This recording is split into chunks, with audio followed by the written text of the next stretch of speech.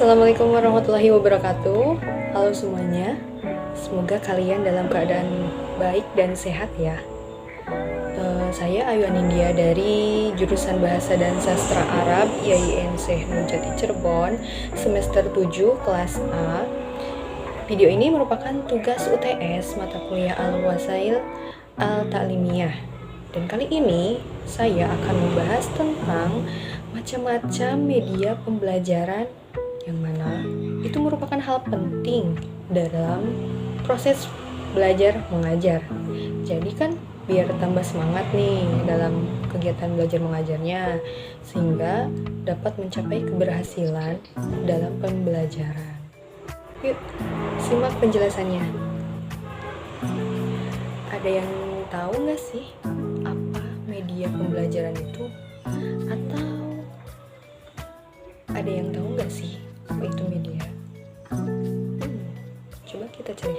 Jadi media itu merupakan sarana atau alat yang digunakan untuk menyampaikan pesan dari pengirim kepada penerima pesan, bertujuan untuk meningkatkan pemahaman penerima pesan.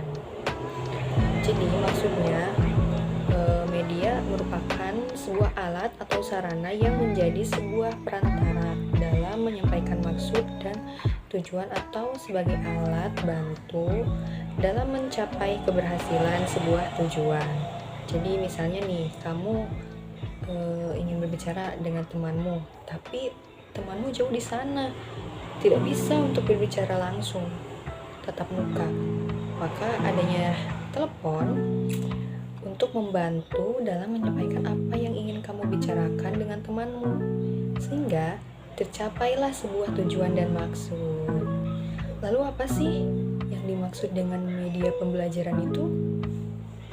Yaitu, media pembelajaran adalah segala sarana, alat, dan media yang digunakan dalam proses pembelajaran. Jadi maksudnya itu sebuah alat atau membantu proses belajar mengajar. Karena dengan adanya media itu akan menambah semangat dalam belajar dan mengajar sehingga mencapai tujuan yang diinginkan. Banyak sekali macam-macam media pembelajaran yang bisa dimanfaatkan, apalagi di zaman sekarang dengan teknologi yang semakin canggih dan sudah masuk ke berbagai aspek, salah satunya aspek pendidikan. Media pembelajaran juga berfungsi diantaranya untuk menarik minat siswa terhadap materi pembelajaran yang disajikan. Lalu, apa saja media yang dapat membantu proses belajar mengajar? Tetap simak videonya ya. Yang pertama, ada media audio. Media audio berkaitan erat dengan indera pendengaran.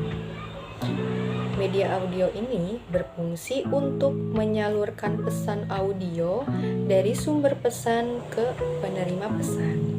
Dilihat dari sifat pesan yang diterima, media audio dapat menyampaikan pesan verbal, yaitu bahasa lisan atau kata-kata.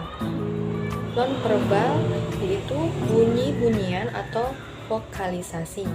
Contohnya, media seperti radio, tape, recorder, telepon, laboratorium bahasa, dan lainnya. Lalu yang kedua ada media visual. Jenis pembelajaran media visual ini menampilkan materinya dengan menggunakan alat proyeksi atau proyektor. Jadi media pembelajaran visual ini adalah media yang hanya mengandalkan indera penglihatan. Jadi media pembelajaran visual ini adalah media yang hanya mengandalkan indera penglihatan saja. Media visual juga berfungsi untuk menerima perhatian, memperjelas sajian ide, menggambarkan fakta yang mana dapat memudahkan untuk dicerna dan diingat dalam bentuk visual. Dan di media visual ini terdapat beberapa macam, di antaranya media visual diam. seperti foto, ilustrasi, flashcard, gambar, poster, peta, dan lainnya.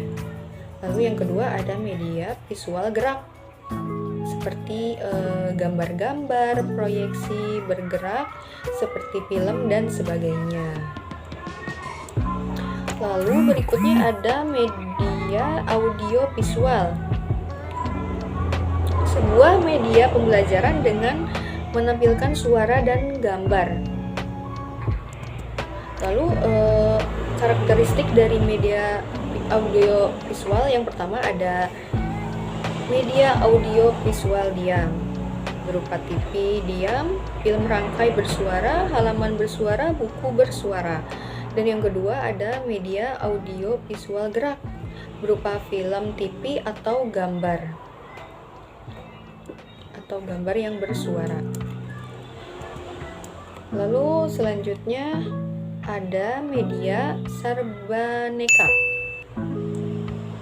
Jadi yang dimaksud dengan media serbaneka itu adalah suatu media yang disesuaikan dengan potensi di suatu daerah, di sekitar sekolah, di lingkungan masyarakat, atau lokasi lainnya yang bisa dimanfaatkan untuk proses pembelajaran. Terus apa sih contohnya dari media serbaneka itu?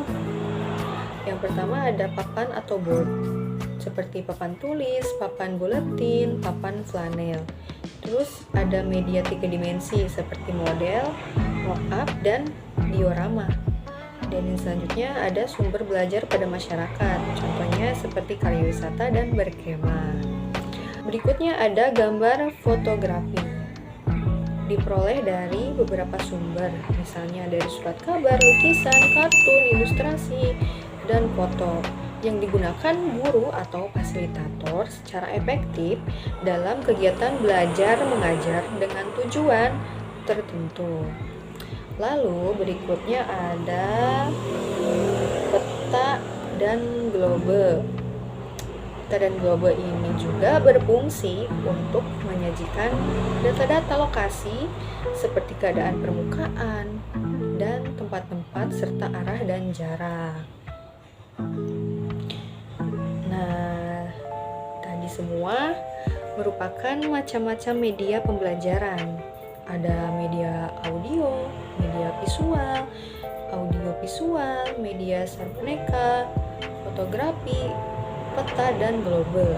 Jadi bisa ditarik kesimpulan bahwa media pembelajaran itu sangat diperlukan dalam proses kegiatan belajar mengajar, karena untuk mencapai suatu keberhasilan dalam belajar dan sesuai tujuan yang diinginkan. Tujuan yang diinginkannya itu kan guru atau fasilitator dapat memberikan dan menyampaikan materi pelajaran dengan sukses sehingga dapat dimengerti dan dipahami siswa atau anak-anak yang sedang belajar. Dan siswa pun yang belajar dapat memperoleh materi yang diajarkan dan juga agar menambah semangat dalam belajar. Gitu teman-teman. Oke, mungkin sekian dari saya. Sekian penjelasan dari saya. Jika ada yang salah atau ditambahkan, silahkan komen ya teman-teman. Jangan lupa subscribe, comment, and like. Terima kasih. Wassalamualaikum warahmatullahi wabarakatuh.